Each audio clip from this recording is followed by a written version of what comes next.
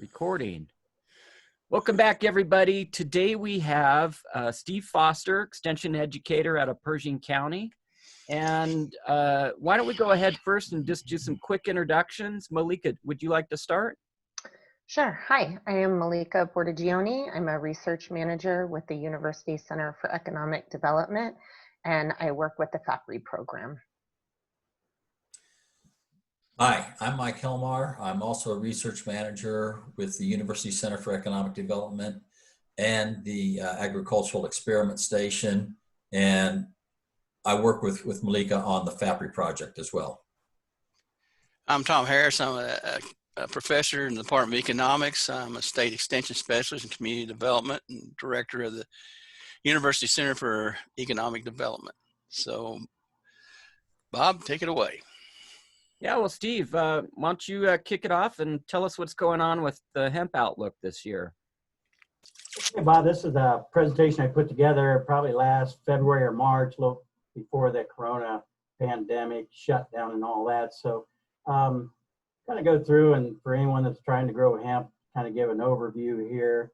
What we'd like to learn today is different types of hemp production, the important regulations that's involved with it now, some of the production risks, hit lightly on the USDA policies, and then look a little market outlook, and then some predictions for the future on that. So if we look at the hemp background, pretty much it was industrial hemp. We need to point that out. It's not marijuana, although it is cannabis, a genus. Hemp is defined as having less than 0.3% THC. So that's the big defining factor, the difference between hemp and our normal marijuanas or cannabis. It's probably good to know that back in 1937, the Marijuana Tax Act was passed, and it mainly made production of any hemp or marijuana type plants illegal at that time. But since then, in 2014, the federal farm bill allowed research projects. So that's when it kind of started back in the production of hemp. This allowed certain, I guess, universities and that in different states that adopted programs to start doing some research on hemp production. One of them that I got some information was for Purdue University, but since then there's quite a few universities joined in on this. But then in 2018, the federal farm bill then legalized hemp production for commercial use. So that really opened the door up for commercial production of hemp. And that was all based off USDA's approval of state programs that were submitted to the federal government for approval. And of course, that requires testing of the plants to make sure they're below that 0.3% THC.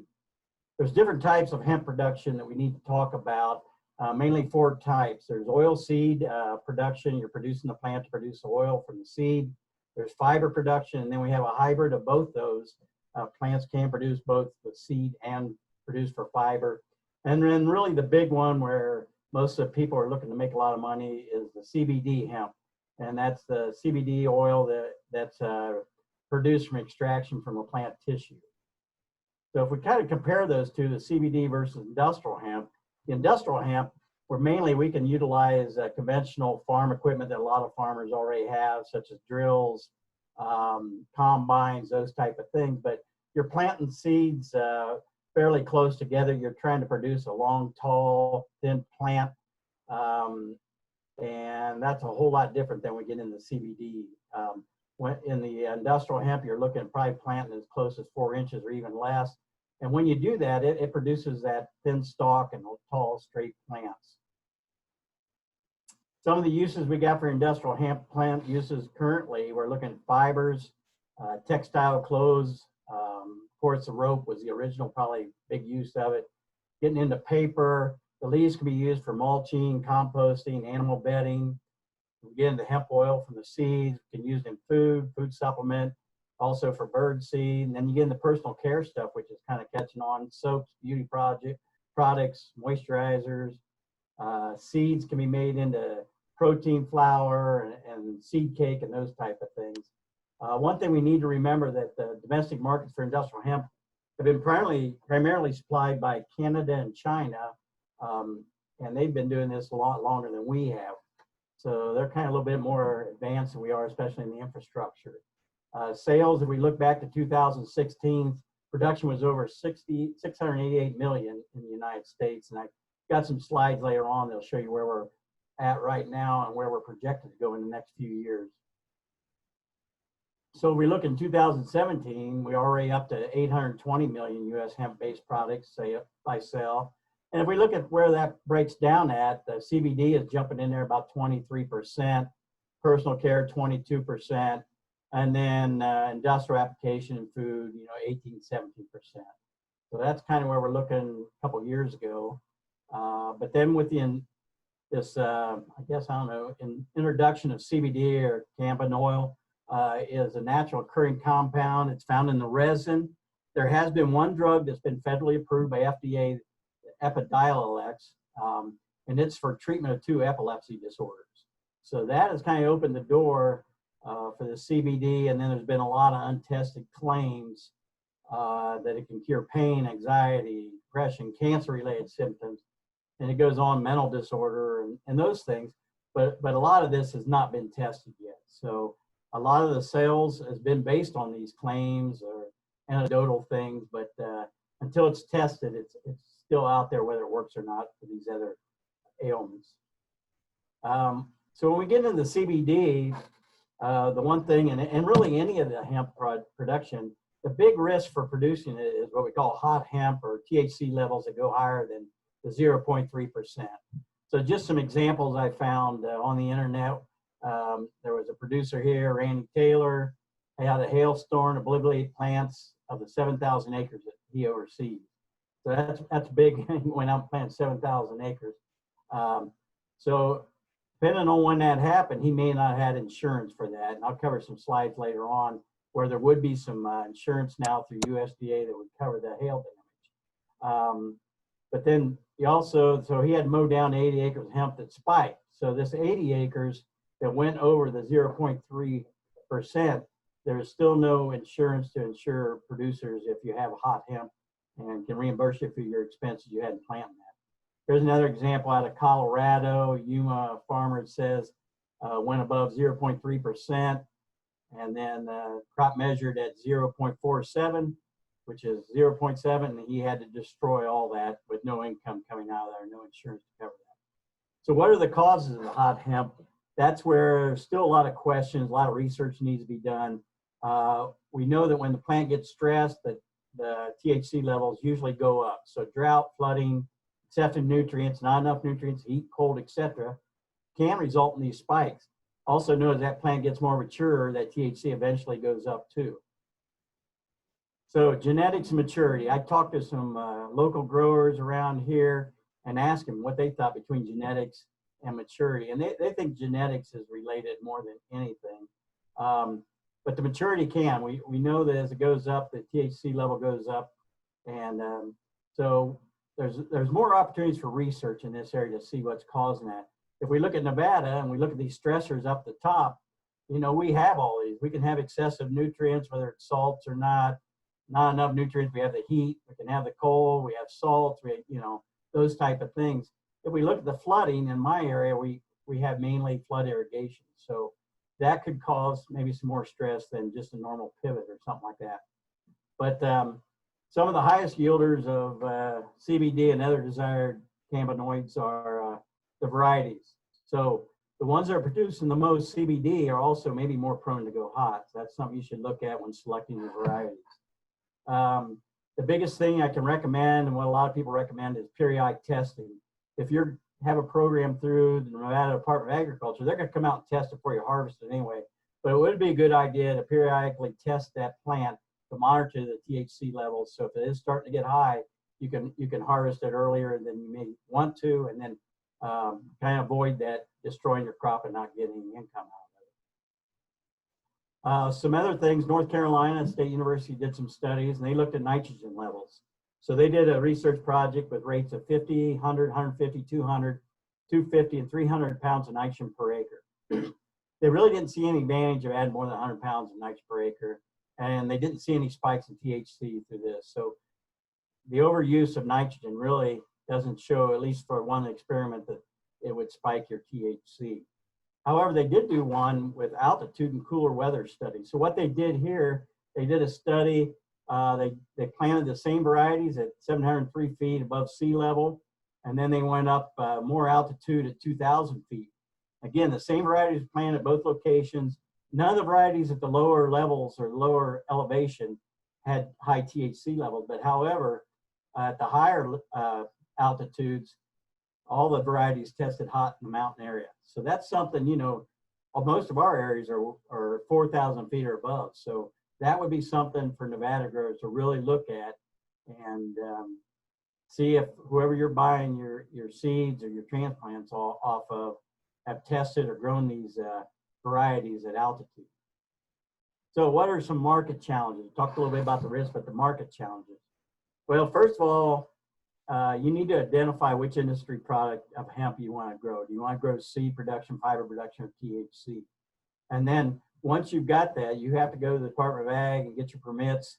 You have to designate where you're going to plant this, where you're going to grow these things. You actually, I think, have to have your seed delivered to the Nevada Department of Agriculture and pick it up there. So first thing you would do is go to the Nevada Department of Agriculture and start the process there. And then you'll follow all the state and federal laws. One of the biggest things, this policy is probably going to keep changing. Again, it started 2018, 2019 was really the first big year. And then, so things may change on that. So be aware of that. If those levels should go lower, or more restrictions on maybe where you can plant it, if you have to have fencing, those things may change in the future. When we talk about our market outlook, it's hard to find current market information, mainly because a lot of this is done directly with producers on private contracts. So you'll go to someone that's growing the transplants or the seed, and you might have a contract with them to sell your product back to them. So there's not a lot of public information out there on what the sale prices are and those type of things. So that's something you need to be careful of when getting into contracts with these providers. It can be challenging, you know, for potential growers if you're not really familiar with what the market should be and how they market it. So be aware of that. When we get back to CBD production, again, this is where most of the money is. Again, there's a shortage of research-based information.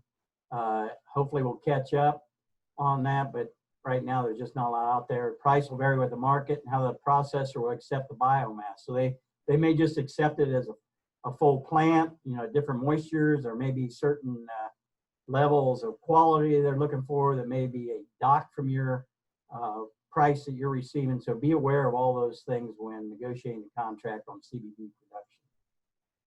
There's significant risk also. We know that if that market gets saturated, prices can quickly go down. I think later on you'll see some predictions. There was probably a lot of production in 2019 that could affect the prices for this year. When we're talking about CBD production, they got production costs estimated at $13,000 to $15,000 per acre. And a lot of that's due to labor especially, and then also the price you're paying for either transplants or seed. They can run from $5 to $10 per plant, and you're going to be planting maybe 1,200 to 1,500 plants per acre sometimes. So that's a big cost to start out with no insurance if it goes hot that you're going to get your money back. Kind of recommend that if you are getting into this, especially CBD production, that you start small, and you need to have a place to process it. So that's a big one here, especially even if we go back to fiber production. I don't know of any processing plants in Nevada right now. I've talked to some people that want to start some. So, you know, just don't go out and buy something off the internet and expect to sell it to somebody. You should set all that up before you put any money into starting your enterprise. Know your market again, and once again, if those varieties or the genetics or the stressors get you over that 0.3%, you could lose everything. So if we look at the market challenges, again, you know, it's not only a domestic market, but a global competition. If we look at who's been producing it already over the years,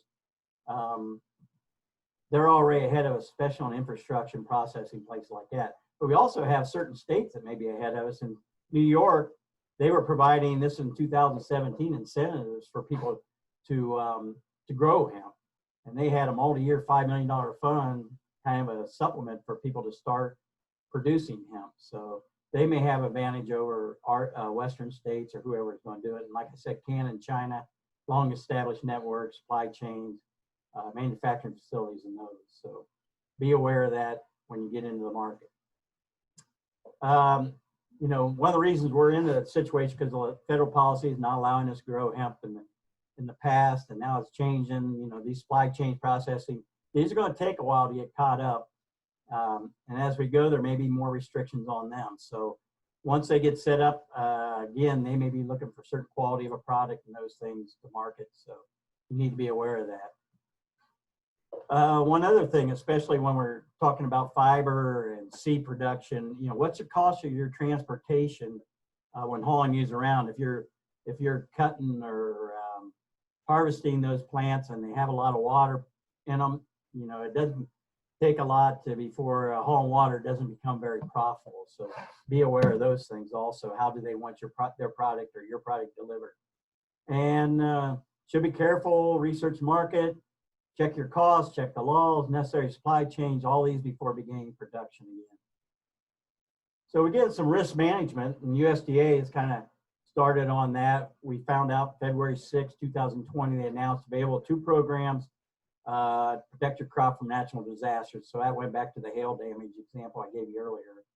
But a pilot hemp insurance program, they have the multi-peril crop insurance, MPCI.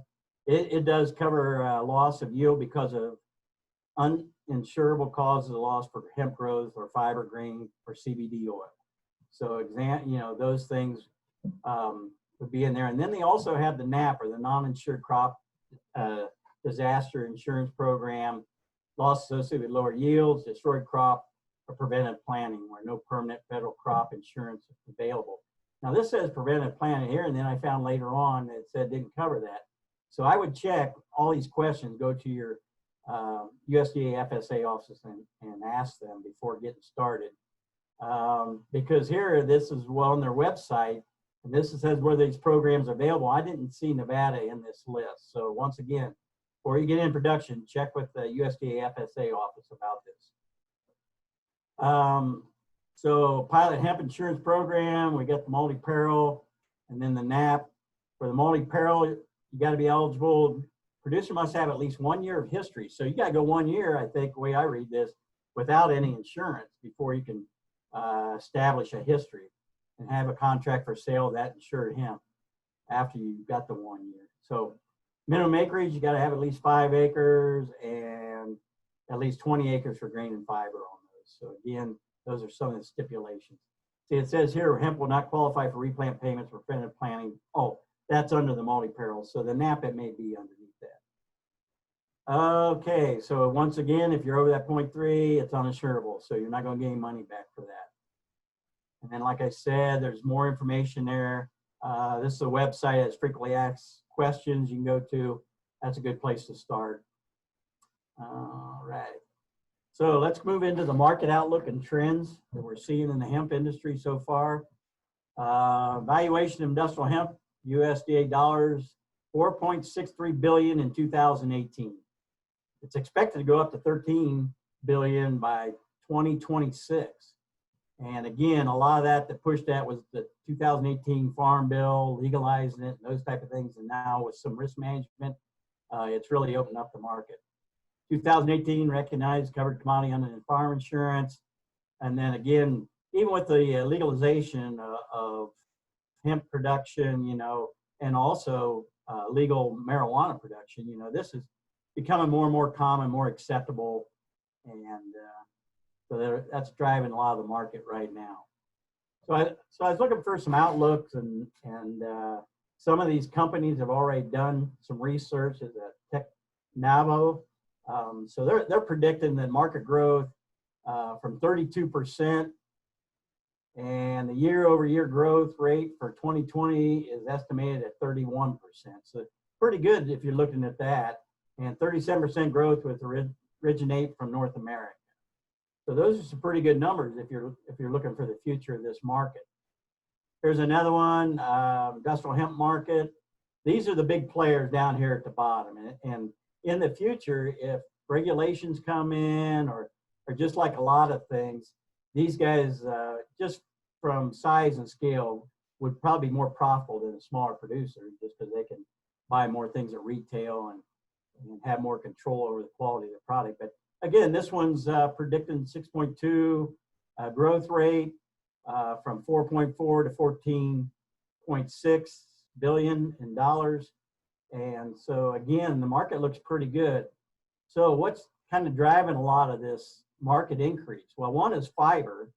And right now, its largest share, they're showing 40% of the market in 2018. And here's an ad over here I found from Patagonia. They're already producing pants made out of hemp, comparable to the Carhartts I've heard. So that's pushing a big part of the market. Cosmetics, growth rate of 14% is a big one because they high fatty acid content of the product. Again, the oil seed would be here. And again, these claims probably haven't been proven, but you know, less skin discomfort, soothing, repairing dry, damaged skin. It does everything sometimes. So this is driving part of that growth rate. Organic hemp on this side, its growth rate of 14.5 is forecasted. Good source of omega-3 and omega-6 fatty acids. So again, this could then move into human nutrition, and they claim support our heart and cardiovascular functions and those things.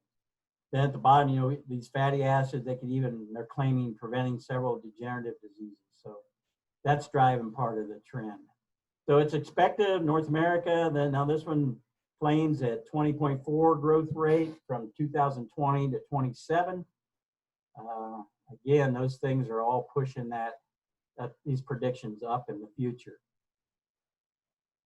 Seed segment right now, 27.3 is a 2019 application, and then this could get into pharmaceutical, nutritional supplements, personal care I mentioned already, and animal care industry. This is another market that could grow the demand for hemp. 15% revenue share in 2019. So these are all things driving the market and the demand. Here's one that could really jump it in the future. It's food and beverages. So CBD from relaxation drinks, get the little gummy bears. They're predicting worth the market 2.5 billion by 2023. Okay. The biggest thing on this is based on the FDA will make it legal for this to go forward. And currently it's not legal for dietary ingredients in food, beverages, or supplements. So once that gets approved, or if it gets approved, then that'll drive that market up even more.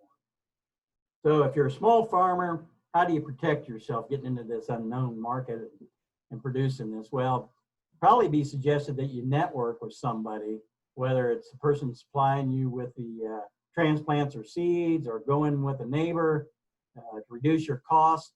But these are all things that small farmers can do with any enterprise, really. Again, like develop your buying and selling cooperative. These are the inputs from seeds to clones, the vetting, you know, and trying to get a price for the crop. One thing in this industry and a lot of farmers have an attorney, but it'd be good to get an attorney. So if you do enter into a contract, they can look it over, especially if they have provisions for how you're going to be paid. If the THC level goes up, who's going to cover that? So this is something that would be advisable if you're thinking about getting into the industry.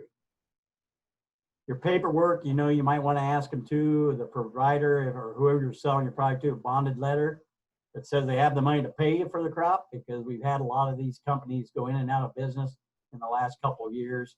Just had one in Lovelock, they went out, and another one's in the little greenhouse facility here. So that would be a good advice there. Wouldn't put the whole farm up for cloud. Don't put the whole farm in the first year. Start small, learn how to grow this, how to market it, and then expand from there. And they recommend if you go to talk to a seed salesman or clone producer, don't show them that you're desperate, you know, right off the bat. That just kind of smells desperation, will lead you into some problems in the future. So if we get into predictions, then I quoted a few people. These are some of the bigger players in the hemp industry. The first one's Mark Case, International Hemp Auction and Market.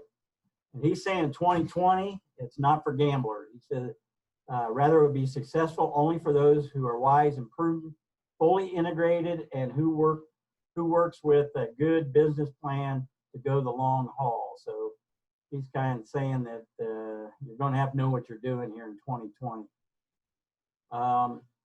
Here's some, this is out of Colorado Springs. Stratos is a big supplier. Brenda Varghese, I predict that while the regulations remain non-existent, the industry will become even more saturated with smaller players.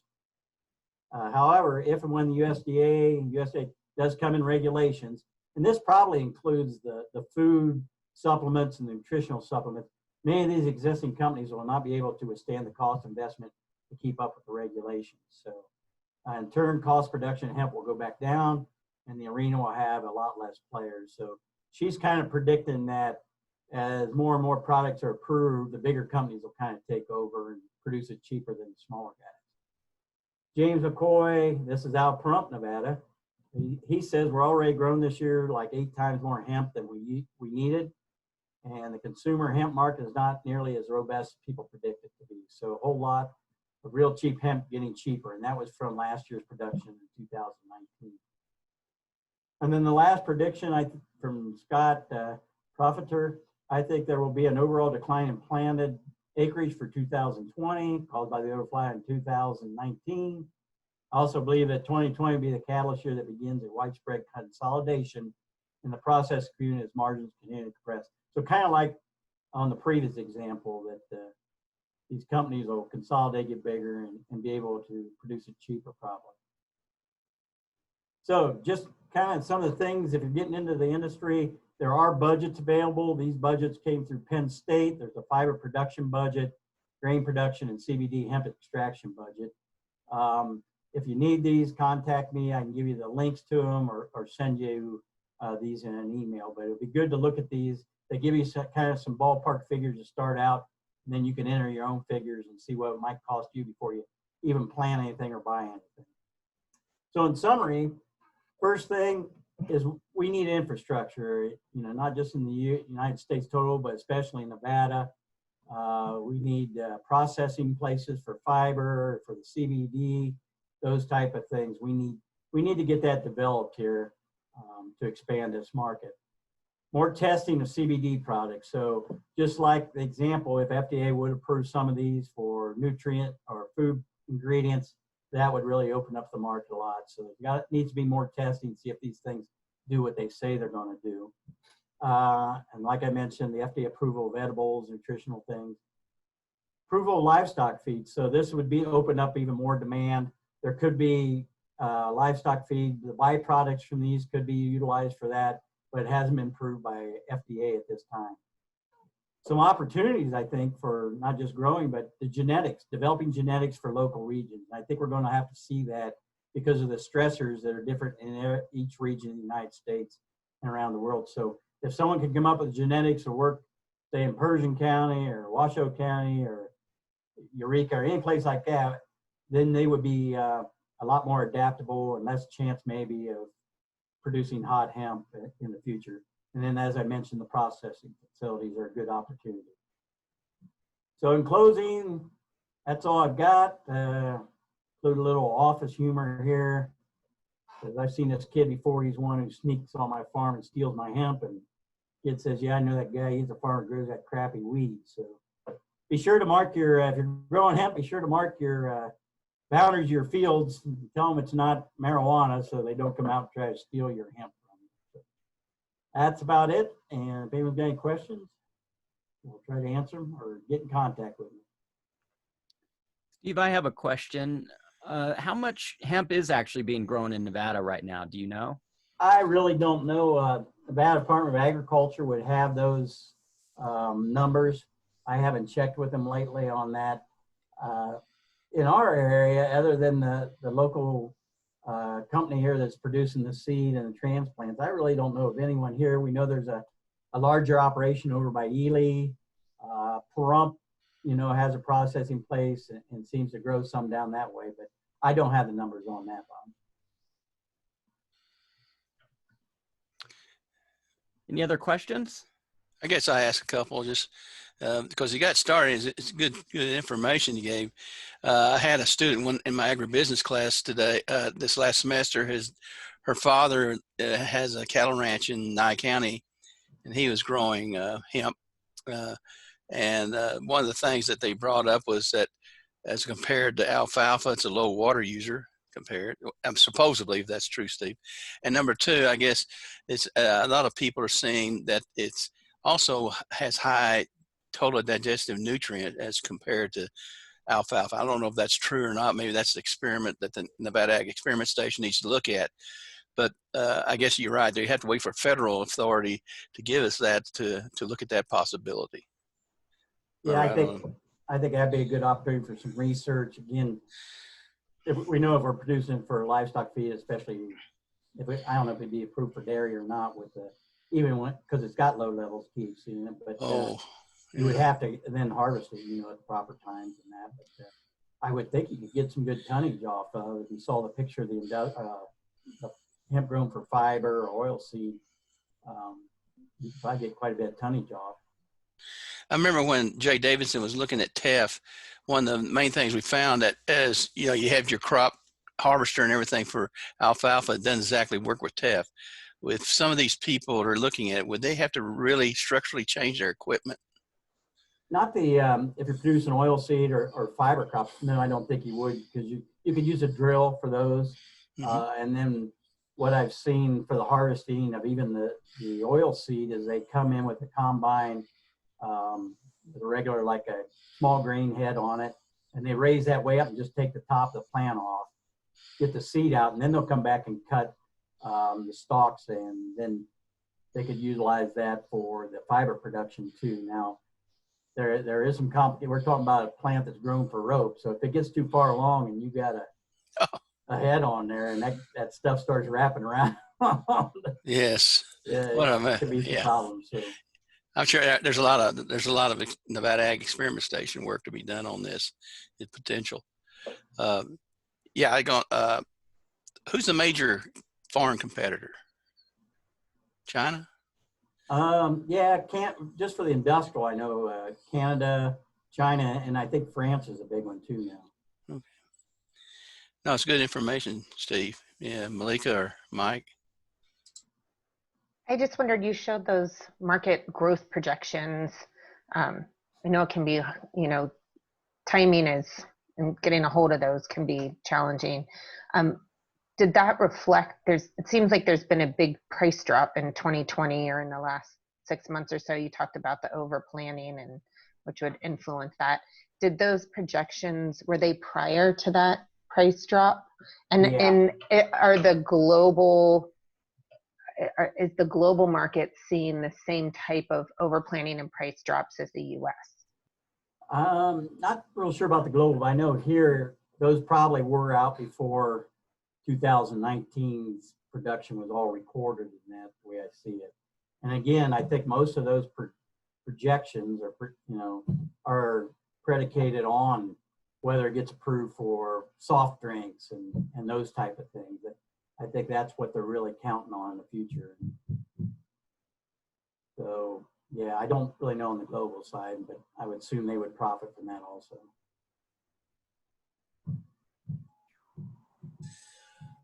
Steve, as you're going through the various types of hemp that we're growing, you mentioned organic, and it almost seemed to be in a completely separate category. Is there really any difference between organically grown hemp and non-organically grown hemp, or is it just that some people and end users might have a preference for organic, such as maybe in the cosmetics industry? I think the latter there would probably be it, because right now, and they're in the process, but there's really not many chemicals allowed to be put on the hemp. So the idea, especially for the industrial hemp, because it's grown more in an agronomic situation, is you want to get that plant up as quickly. You can spray before you plant, but then once you plant, you want that plant to come up and choke out all the weeds, because there's really nothing approved right now that you can apply to the plant itself. And of course, then if you get into the production of some of these, like you said, cosmetics or edibles, then won't want the chemicals on there anyway, probably. So I think, yeah, it'll just be another organic market for people that want that. And I just had one comment that I think you give a lot of good advice that could be applied to looking at any new ag enterprise, you know, about just doing a market analysis and, you know, considering the upside and downside. So just wanted to mention there's a lot of good advice in there as well that could be applied generally.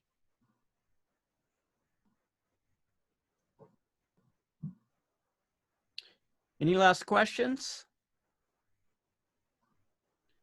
Well, thank you so much, Steve. Maybe we could revisit this topic toward the end of the year and see how the market's doing, and maybe if there's any policy changes that have occurred. And sounds like there's potential opportunity, but some things need to be ironed out. Yeah, I mean, we can get ML and his group down in Vegas to join us and see what they've been discussing down there too also. Great. Well, thank you so much. Really appreciate it. And we'll see you next time. All right. Thanks, Steve. Yeah, thank you, Steve. You got that stuff. We might